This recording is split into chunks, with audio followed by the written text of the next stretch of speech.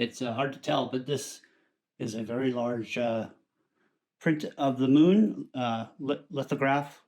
lithography, where it uses the thickness to shine through the light to show different levels of color. One of the biggest things I've printed on the printer, this triaxial clock is one of my favorite projects. I put together one for me, and my niece put together one. And this is the printer.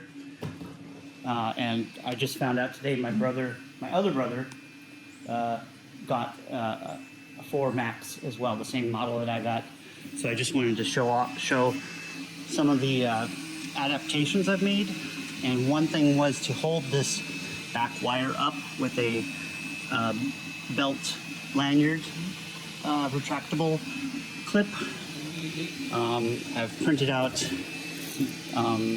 silica bead holders that I put inside of the rolls of filament to help keep them dry. I've printed a belt tension holder for both the Y and the X axis. I printed a replacement so that this cable doesn't have to be folded.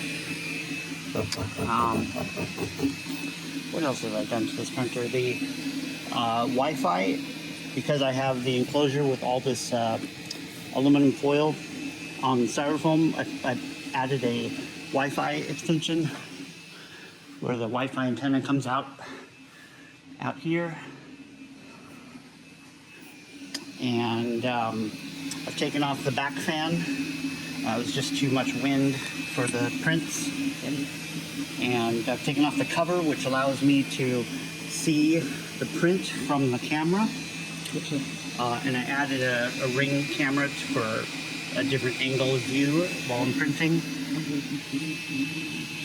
One nice thing about having the cover off is I can change out the extruder heads with other sizes and types pretty easily without taking the assembly apart.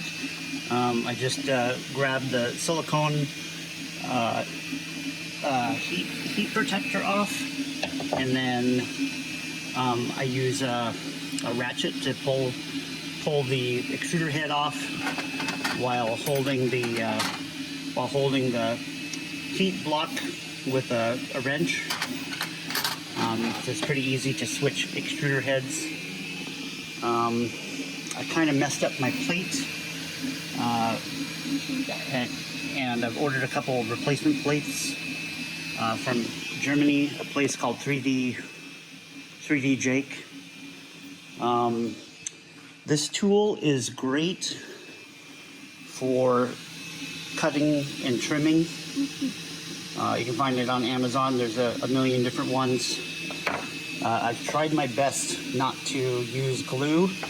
I use a program called Bed Leveler 5000, which tells me, which goes and does a probe of the 6 points, and then tells you to turn the position 1 knob clockwise 0.2 turns. And I've gotten the bed almost 100% level, and that just helps not need glue. But I had a challenging print recently, so I had to use glue again. Another thing I've done is this spatula.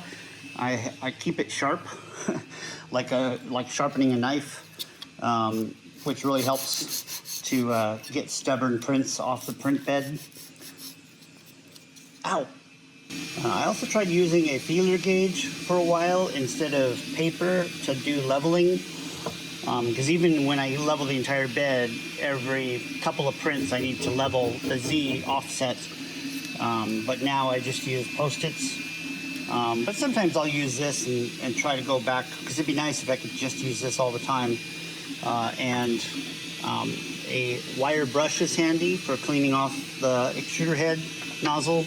What we call Allen wrenches that aren't angled, and then I 3D printed a handle for them. And that's pretty useful. And I bought a 10-pack of these